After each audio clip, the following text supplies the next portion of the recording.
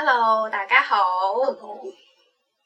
我係阿寶啊。我係阿 Cass。係啊，我哋又翻嚟啦。我哋之前開咗4集啦，就講關於量子催眠唔同嘅資訊啦。咁今集開始咧，其實我哋就想分享一下我哋自己被催眠嘅經歷喎。係啊，即係我哋除咗係即係幫人哋做催眠嘅嗰一個人之外咧，其實我哋都有嘗試過俾人催眠啦。咁我自己覺得咧，當我哋親身經歷過被催眠同催眠人咧，咁有一個好完整嘅經驗，就係我哋都會好了解被催眠人喺被催眠嘅嗰個過程裏面有啲咩起承轉合啊，或者經歷啊，或者有邊啲位係佢情緒到嘅時候咧，咁我哋要做啲咩處理？即係變相係當我哋有埋被催眠嘅經驗咧，我哋幫人哋處理問題嘅時候咧，嗰個處理手法啦，同埋嗰個經驗更加豐富啦，就會幫到大家更加多咯。冇錯，係。咁今日係咪你可以分享一下你嘅 case 先？可以嘅，咁就我分享下我第一次做量子催眠啦，被催眠嗰個角色啦。係。我除咗透過書籍去了解呢套方法之外咧，我亦都係當時揾咗一位療癒師咧去幫我做一次嘅催眠嘅。咁嗰次咧個目的就真係純粹想了解一下究竟而家職業嘅療癒師用緊啲咩方法嘅咧？係咪同阿 Canon 所講嘅方法係一樣嘅咧？佢會唔會有一啲其他嘅嘢係可以俾我吸收到嘅咧？咁我當時係懷住呢個目的咧去揾療癒師嘅。嗰次都係做量子催眠啦。係啦。預約咗之後咧，就去一個佢嘅工作室啦。咁就當然個流程都係㗎啦，好似之前咁講，我哋會傾偈啊，講翻即係嚟嘅目的啊，帶住啲咩問題啊咁樣嘅。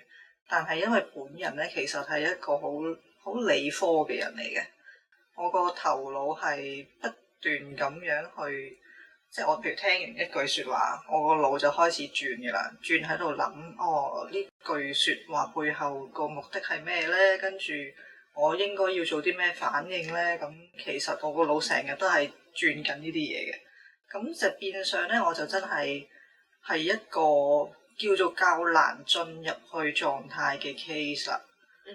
咁我記得當時嗰個療癒師咧，佢都話嘅，佢要用盡方法去令我進入到一個比較沉靜啲嘅狀態啦，可以進入到個前世嗰個狀態啦。咁有啲咩方法咧？譬如佢會叫我個小我你唔使咁着力去保護阿 Cass 㗎，咁其實佢係一個好安全嘅狀態裏邊㗎。你其實咧可以咧喺側邊觀察住㗎。咁其實係啦，佢就用咗好多呢啲氹細路仔嘅方法啦，氹我個 ego 或者顯意識啦。係啦，即係要令我相信我係喺一個好絕對安全嘅狀態之下咧，咁先可以慢慢放鬆去進入咯。咁我記得呢個程序都玩咗都幾耐嘅。又或者調轉，即係可能日後到你自己做 case 嘅時候啦，我會反而係諗 pre-talk 嘅嗰個階段咧，我哋建立信任真係好緊要嘅，或者用心聆聽都真係好緊要，令到我哋嘅 client 啦就真係好放心咁講佢嘅問題俾我哋聽。咁呢啲都係我哋而家拍片嘅目的之一嚟嘅，就係等大家可能嚟之前咧已經見過我哋啦，了解過我哋啦，聽過我哋講嘢，同埋對量子催眠呢件事咧認識多啲。咁變相咧到嚟到做催眠嘅時候係會容易啲放鬆啲，容易啲接住落嚟知道自己做乜嘅咁樣。係，的確係嘅。我而家回想翻點解我有嗰個狀態咧，因為我本人疑心重，呢個係第一。第二係真係比較理性嘅頭腦，所以就同埋會跳躍，係不斷諗嘢。咁相信對於嗰位療師嚟講咧，都係一個難啲處理嘅 case 啦。不過佢最後都係順利咁咧，令我進入到呢個前世嘅狀態嘅。係，而我相信當時講緊係 day back 翻去係幾多年前啊？你個 case？起碼都6-7年前。係啊，6-7年前到今日啦。講真，我哋點解會開始做呢一系列嘅節目咧？香港坊間係冇乜量子催眠嘅資訊嘅，我哋就係想開始呢件事，令到呢件事咧等大家多啲印象，多啲了解。咁唔會話呢件事好陌生，因為如果你覺得嗰件事好陌生，你一嚟就要接觸嗰件事，仲要一嚟你咁赤裸，你要知道晒我嘅生平喎，你要知道我而家困難嘅位喺邊喎，即係都當你要咁 open up to 一個陌生人咧，係有啲困難㗎嘛，係有困難嘅，係啊，尤其是當時係咯。不過好啦，都我哋講翻，我進入咗前世嘅狀態係點嘅咧？我見到嘅唔係一個電影，唔係一個連續，即係有連貫性嘅畫面，我係見到幻燈片。係啊，好得意嘅幻燈片咧，四隻角咧特別黑咗嗰啲咁樣咧。係。咁療癒師指引佢會指引我，譬如你望下隻腳，你望到啲乜嘢啊？我望到自己企咗喺海邊，跟住你係有着鞋定冇着鞋㗎？我冇着鞋嘅喎。你覺得你係男定女啊？我覺得我係男嘅。跟住你覺得你係後生定老㗎？應該都後生嘅，我應該係一個後生嘅男仔嚟嘅。跟住就再睇翻我自己身上有啲咩裝備。原來即係最後翻到我係一個年輕嘅漁夫，係啦，咁就企咗喺海邊望住個海，咁就好似好不安咁啦。講當時嘅情緒好不安啦，即係其實透過呢啲，你好多可能見到點解樣樣嘢都要問嘅？咁就係逐步去令我進入到前世嗰個角色，或者係幫你建構翻個場景啦，或者幫你由嗰個你嘅衣着、你嘅身體特徵，跟住去了解翻你當時係一個咩人咯，即係好似你咁樣，直情係一個男仔後生仔咁樣。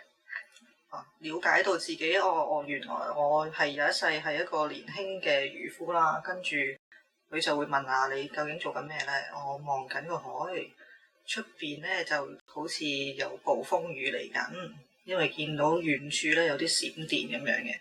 同埋個海好似好唔安寧咁樣啦，跟住我就未見過呢個情況啦，咁我就望向身邊一個資深年長啲嘅漁夫啦，然之後佢經過一輪觀察之後咧，就即刻講話：走，我哋今日唔出海，我哋要快啲通知翻村民要上山避難啦咁樣。跟住呢個就係第一個場景，我經歷咗呢樣嘢。咁跟住我哋通常會睇3個重要或者好印象深刻嘅一日啦。你啱啱都有講到，就係你見到嗰啲片段咧係一格格噶嘛。咁一格格之中咧，其實唔會話嗰樣嘢唔真實嘅。重點咧係我哋要感受一下當時嗰個情緒係點樣咯。咁跟住你嘅第二日係第二個場景咧，就係真係去到翻入村。就逐家逐戶拍門，然之後就叫啲村民要走啦，人走啦，唔好理間屋啲嘢啦，咁叫佢哋咧就上山啦咁樣。係好緊急嘅情況，即係有啲人係唔肯走嘅，跟住有啲人咧就會覺得打風啫，又唔係未打過咁樣咧，跟住嗌完一個唔得，咁就要即刻去嗌第二個啦，即係總之盡全力啦，因為聽到老漁夫嘅指示啊嘛。然之後都意識到件事好似好大件事喎咁樣，所以就當下就盡咗全力去叫救人啦咁樣。第二個場景就係咁樣。跟住就會有第3個場景啦。第3個場景咧就已經嚟到呢個呢一世嘅核心，就係打完風啦，然之後有一啲村民就上咗山避難啦。跟住我哋係嗰個場景係慢慢落翻山嘅，因為打完個風啦，出太陽啦，落翻山，但係發現嗰條村冇咗啦。跟住有啲唔肯走嘅村民都離世啦。跟住然之後大家咧都忍住傷痛咧，咁就去即係建設翻呢個條村啦，即係總之就收拾殘局咁樣啦。但係呢一個咧個情緒好大。係啊。講下我都想喊添。係咯，而家都有啲情緒。係啊，真係個情緒仲喺度嘅。係。因為嗰個情緒就係覺得點解我仲生存嘅？係啦，呢個第一個情緒。第二個情緒咧就係我救唔到人。係啦，即係所以係好複雜嘅嗰件事係。有一個幸存者嘅內疚喺度。幸存者嘅內疚啦，同埋會唔會即係再檢討自己啊？其實如果邊個村民唔肯走，我拉佢走得唔得咧？咁係咪有好多位可以做好啲咧？咁樣係我覺得好真實呢個情緒，係見到係同埋我覺得亦都反映咗其實當時嘅嗰個催眠咧冇好完整咁樣處理翻個情緒啦，即係正常我哋做催眠咧最理想嘅效果就係當刻發現咗個心結，當時就應該處理埋個情緒，即係喺嗰個催眠嘅過程裡面，盡量幫你放低翻、放開翻呢一個心結，等佢唔好影響住你往後今世嘅生活啦，特別係咁而家個狀態就似係發現咗呢個問題啦，掘咗佢出嚟啦，但係冇處理到呢個傷口咁，所以我哋約個時間再嚟過，好係再做翻好啲，等我哋真真正正放下，係啦。咁之前我記得你都有講過話，當時你就係發現咗呢一世啦，就發覺自己有一個裹足不前嘅應該點樣形容咧？心態狀態。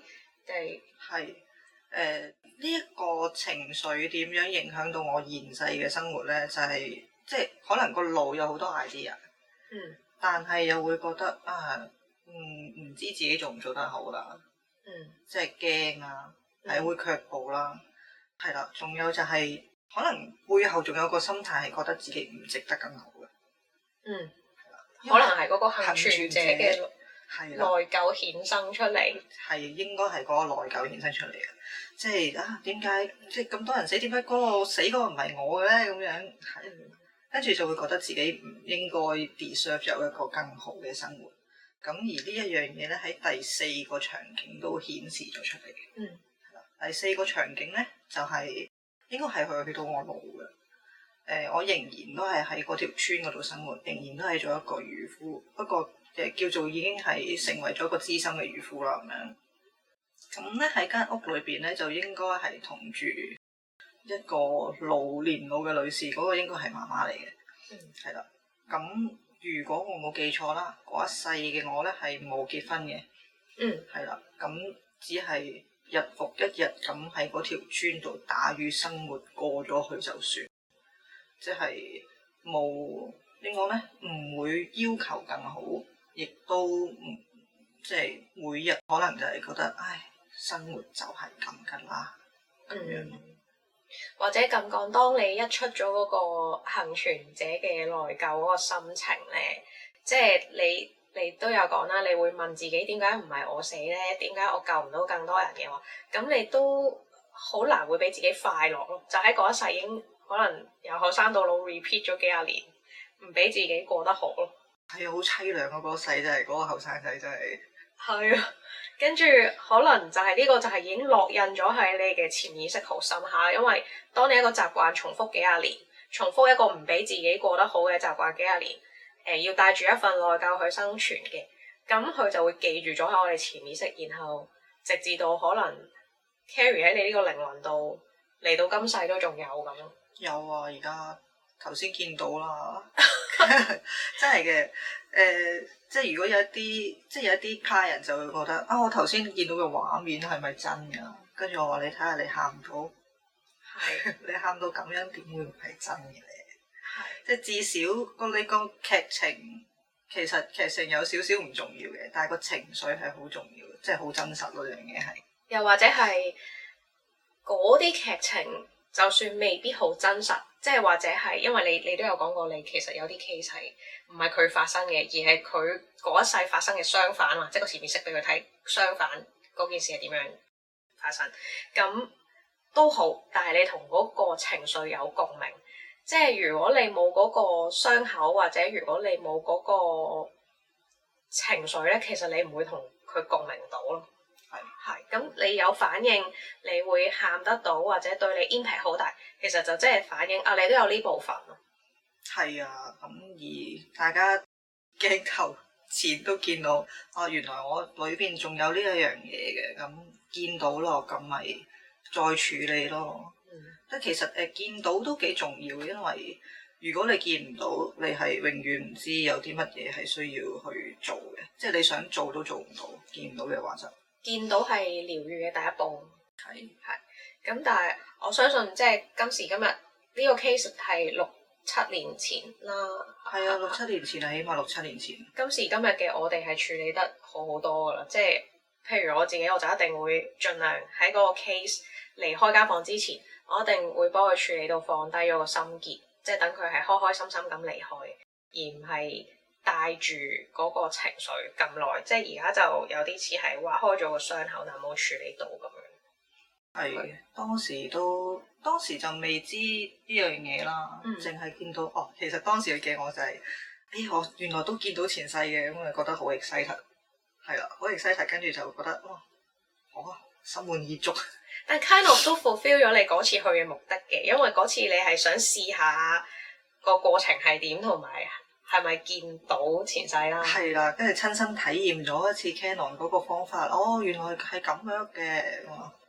咁就跟住個目的已經達到，個理性頭腦就滿足咗嘅。其實係，但係實際就係、都有個 bonus 啦，就係發現咗有嘢要處理咯。其實係嘅。係。咁你仲有冇咩補充啊？對於嗰次嘅經驗，對於嗰次經驗對我嚟講係好寶貴嘅，真係。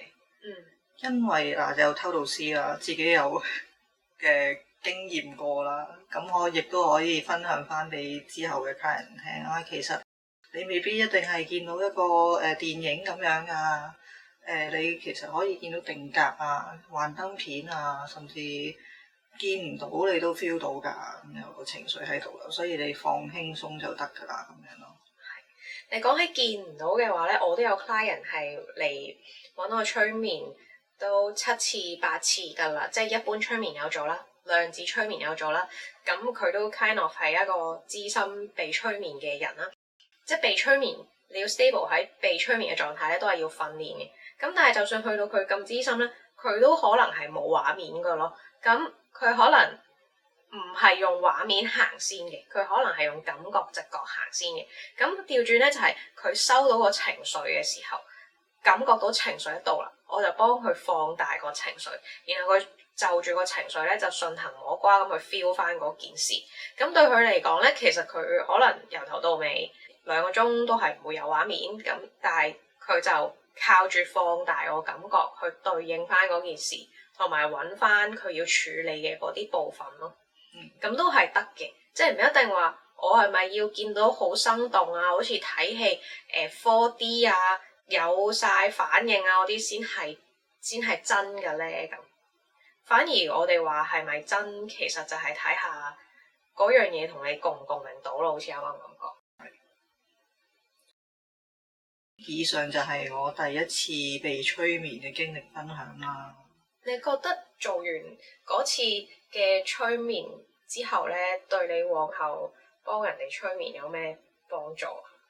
我有時都會諗翻起嗰次我經歷嘅嘢，咁如果真係見到個 client 係同我同款，頭腦活躍嘅，係啦，咁就戒心都重嘅，咁咪盡量再即係試下用翻嗰啲方法睇下得唔得噶咁樣咯。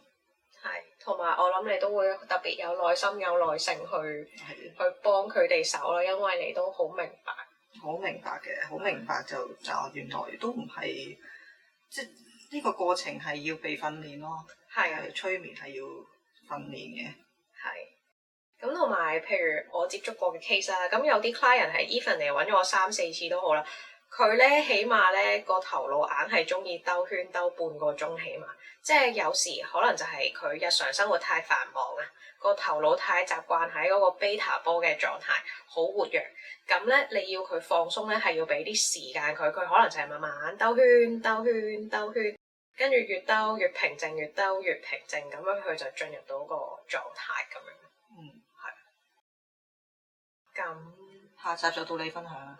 係啊，下集到我分享下啦。其實我哋今次個鋪排都好有意思㗎，因為咧，我哋係順翻我哋個 timeline 嘅，就係咧6-7年前你被催眠過量子催眠第一次啦，咁跟住咧。就係到你考咗牌就幫我量子催眠啦，咁係我哋嘅第一次啦，就係。跟住然後咧，我哋最近又開始翻呢啲 exercise 啦，咁就係之後係我又再幫你催眠啦，然後你又再幫我催眠啦，咁我哋係順翻呢個次序去講咯。係幾值得講㗎，因為都見到我哋嘅成長啊嘛。係，同埋都真係會見到咧。當我而家覺得啊嚇，因為我被催眠嘅次數都唔少啦，然後我覺得你揾到嗰啲 case 咧，其實係有鋪排嘅。當你一次過攤開晒呢啲 case file 嚟睇嘅時候，點解你係會見到呢一個前世先，而唔係見到嗰個前世先咧？當然同你嘅問題帶嚟嘅問題同狀態好有關係，但係當你擺埋一齊咁樣睇咧，你就會發現啊，嗰個 case 太早俾你睇咧，你未必吸收到嗰啲教導同埋俾你嘅啟示。